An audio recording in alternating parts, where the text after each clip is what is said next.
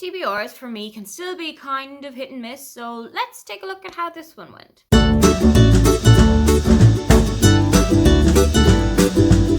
Hi, welcome, come on in. My name is Aoife and today I am going to wrap up the arcs that I wanted to read in August. I set out maybe 7 or 8 at the start of the month that I said I definitely wanted to try and get through throughout the month of August. So let's take a look at the ones that I did read, why I didn't read some of the others, and what I thought of the books overall.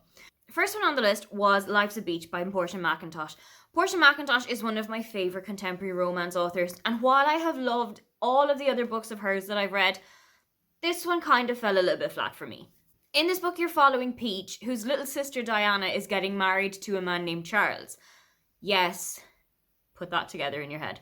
The wedding is in Italy, and it turns out that Charles and Diana have only known each other for a week, but there is some history between Peach and Charles in that they knew each other when they were younger, and they had kind of kissed each other when they were in secondary school or something, and he is just completely pretending not to have remembered Peach at all. Throughout the course of the week before the wedding, other people from their past lives start to turn up, friends start to turn up, ex-boyfriends start to turn up, and it's kind of like a comedy of errors, but for me, there were far too many characters added in at different stages of the book.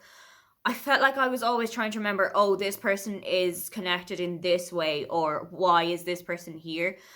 And I don't really love having to try and work my brain to remember why somebody fits into a story when I'm reading it. What I will say that I loved about this book, however, is the character of Vanessa, who is Diana and Peach's cousin. I absolutely adored her.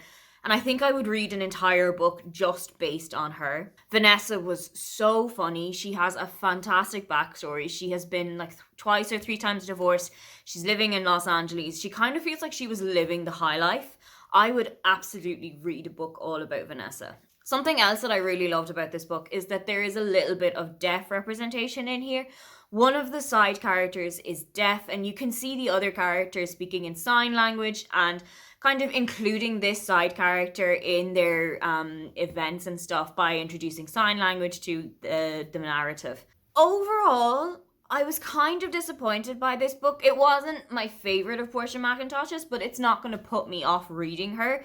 But I think I ended up giving it a 3 out of 5. Next up was One Night Only by Catherine Walsh, and this was a debut book that I was so much looking forward to for the simple reason that it involved an Irish wedding. Those are one of my favourite things on the Irish social calendar. They can last for about 3 days depending on if you're doing it in a different way.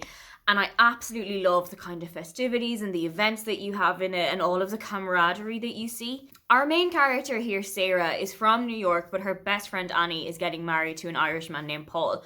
So they fly back to Ireland for the wedding. And it turns out that the best man is Paul's brother Declan. Now, Declan and Sarah had hooked up in New York, and she had last seen him when she was leaving her own apartment and leaving him behind her in bed with no clothes on, and never expecting to see him again. Then throughout the rest of the book, you have this kind of serendipitous, he turns up wherever she is, and she always sees him out of the corner of her eye in places that she wasn't expecting him to. There was a side plot in this book involving Sarah's relationship, both professional and personal, with a co-worker of hers called Matthias. I'm not entirely sure how I felt about this one. I didn't love it, and I felt like it was just added in for shock factor and to cause chaos and to cause conflict where there didn't need to be chaos and conflict. I really loved other aspects of this book though. I really enjoyed Sarah as a character. I feel like she's the kind of person that I would want to be friends with. I also haven't read a lot of books where the main character works in architecture, so that was really interesting to see how they kind of work their meetings, what they did on a day-to-day basis, and I felt like that aspect of it was also really well researched. I do wish, however, that we had seen a little bit more of the Irish wedding. Like I said, there's something that I really enjoy about an Irish wedding, and I just wished that we had seen a little bit more of it. It felt like there was a lot of build-up and a lot of afterthought, but we didn't experience a lot of the event itself. We didn't experience a lot of the celebrations that are there, and it's definitely something that I thought could have been expanded on a little bit. Overall, however, I did really enjoy this book and I gave it a 4 out of 5. I cannot wait to see what Catherine Walsh does next. Next up, I listened to an audiobook of The Dating Playbook by Farah Roshan. This is a companion novel to The Boyfriend Project that was released last year or the year before. I hadn't read The Boyfriend Project, And I will admit that there were times that I felt a little bit adrift, a little bit lost at sea. I didn't really know what was happening, why this character was doing this, what the relationship between the three main friends here was. I do wish that I had gone back and read that book first and then come and listen to the Dating Playbook, but I would still recommend that you pick it up. Here you are following Taylor, who is a personal trainer and has just set up her own personal training company. And she is approached by a former NFL player called Jamal, who is looking to up his fitness and try and get back into the game, try and get drafted again for a new team. But he really needs to work on his fitness, and he really needs to kind of bring himself back after a knee injury that almost finished his career. While he and Taylor are working out, they also come up with the idea to fake date each other because Jamal doesn't want people knowing that he is working out with a personal trainer. He doesn't want people to know that he's planning to come back into the football games. So they decide to fake date each other for a kind of affront to the media that that's why they're spending so much time together. And of course, while they're there, real feelings start to get in the way. And I genuinely loved how that progressed throughout the book. It felt a lot more fluid and a lot more realistic than some other fake dating tropes that I've read. I also really loved that there was a hugely strong female friendship between Taylor and her two friends from the first book. I absolutely adored how they always seemed to have each other's backs. They always seemed to have advice for each other or could come to each other if something was going wrong in their lives. And especially when Taylor was going through quite a lot of financial troubles, it felt like the two friends that she had were always there to be like, I can offer you this amount of money to cover your rent, or I can get you these groceries and you don't have to pay me back for them, or whatever. That's something that I really love in books, when the focus isn't necessarily just on a romance, but also on platonic friendships that the main character has. I really love seeing platonic friendships in books, and this one was such a great example of that. And I can't talk about this book without mentioning the steamy scenes, because they were really, really good. I was walking through so many streets and just looking like I was listening to music or whatever, but there was pure smut going through my ears, and it was such a great read. I gave this a 4 out of 5. I cannot wait to see what the next book in the series is going to be like, but even before I get there, I've got another one that I can already discover. Next up is TheRehearsals by Annette Christie. This is also a debut book, and something that really drove me to this one was that it was a kind of a Groundhog Day narrative. It was kind of like a time loop thing, and those are something that I am really interested in. I read In Holidays by Christina Lauren last year, and I felt like the time loop was done really well there. So it was definitely something that I wanted to see in another book. So when I saw that TheRehearsals had it, I instantly jumped on it. Here you're following Meg and Tom, and it's the night before their wedding when everything starts to go south.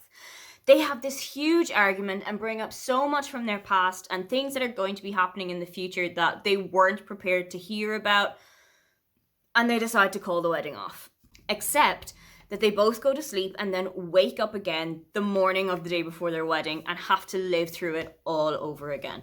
Just the two of them are caught in this time loop, so they decide that there has to be some way that they can get out of it by solving what's happening in their relationship, or completely abandoning it, or going down different routes, or doing things differently. There were a couple of things in this book that I didn't love. There is a cheating narrative a little bit early on in the book, and then it rears its head again maybe 40 or so % into the book.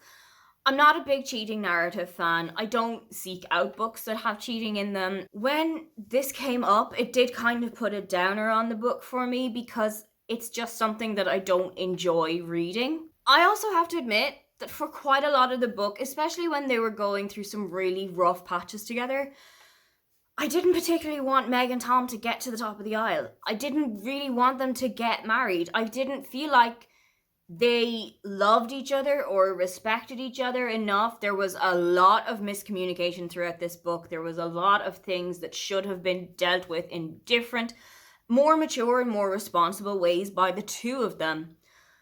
I just don't think that they worked together as a couple, and I never really found myself rooting for them throughout the course of the book. I will say that the time loop was done really well, especially when you're living through the same day all over again. You're going through the same events.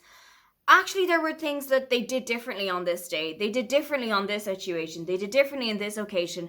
And there was also one kind of road trip that they took across the border into Canada that I absolutely adored watching how that was set out. Overall, while I didn't hate this book, I also didn't love it, so I gave it a 3.5 out of 5. And so we get on to 2 DNFs. The first one that I DNF'd was The Dating Game by Sandy Barker. I was really interested in this book mainly because it was set in Australia, and that is a definite pull factor for me in books. I absolutely adore books that are set in Australia, mention Australia, were released by an Australian author, have any kind of lick of anything to do with Australia, and I'm definitely up for it. I think it might have been an issue of right book at the wrong time, because I just never found myself getting grabbed by this one. So I did leave it to the side. I probably will go back to it at some stage, but I didn't finish it throughout the month of August. The next book was The Beach Reads Book Club by Catherine Freeman, and this again was a DNF, and I think that one I'm not going to probably go back to. In the book, you're following Lottie, who has been kicked out of the book club that she has joined because she hasn't read the book, and she's been a little bit kind of chaotic when she comes to meetings. So she decides the book club that I've been in is a little bit too restrictive. They have a little bit too many rules. They're not really reading the kind of books that I'm into, and she decides to make her own one up. In the course of looking for somewhere to host the book club, she comes across a local cafe which is run by a man named Matthew. I could see that there was the start of a relationship between Matthew and between Lottie, but I never really was grabbed by this book. There was just something that was missing throughout it for me, even though I came out with it, what I had read, with a big list of books that I really would have enjoyed and authors that I know I would have loved. I don't know what it was. It was just, there was something about that book that I just didn't get into. And finally, the one book on this list that I did not get to at all was 7 Days in June by T.O. Williams. I have seen quite a lot of people talking about it, so I know that it is a book that's going to be right up my street. It's just one that I didn't get around to in the month of August. But you might, who knows, see it in a TBR coming up sometime soon. Those were all of the books that I read or tried to read in the month of August. Have you read any of those, or have I tempted you to pick up any of them? Don't forget to like and subscribe because I have new videos up every week. Now, get on out of here.